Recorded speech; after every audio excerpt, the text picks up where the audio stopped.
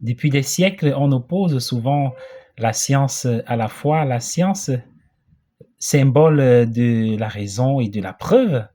La foi perçue comme une affaire de croyance et d'émotion. Mais sont-elles vraiment incompatibles? Nous avons tous entendu parler d'Einstein, Albert Einstein.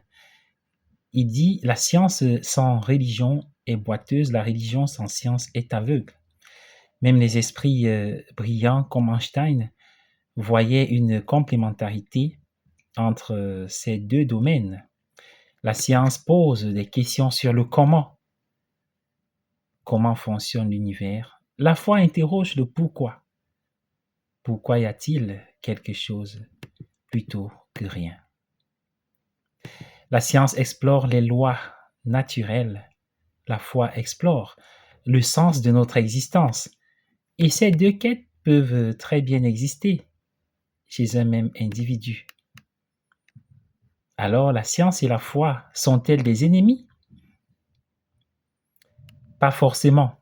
Elles pourraient bien être deux fenêtres différentes pour regarder une même réalité. Alors,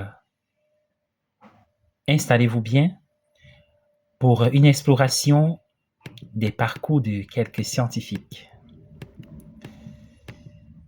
Saviez-vous que certains des plus grands noms de la science étaient également profondément croyants?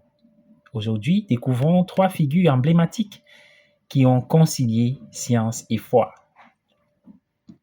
Isaac Newton, père de la physique moderne, voyait son travail scientifique comme un moyen d'honorer la création divine.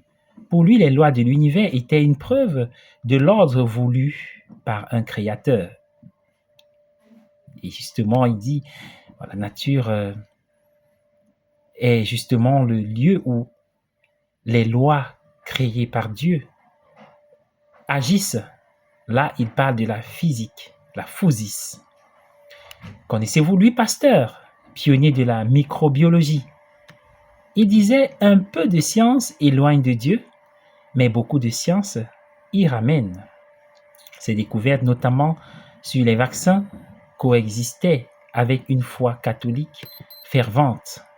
Point n'est besoin pour nous de faire du prosélytisme ou de vous inviter à appartenir à une religion quelconque ou à une confession religieuse.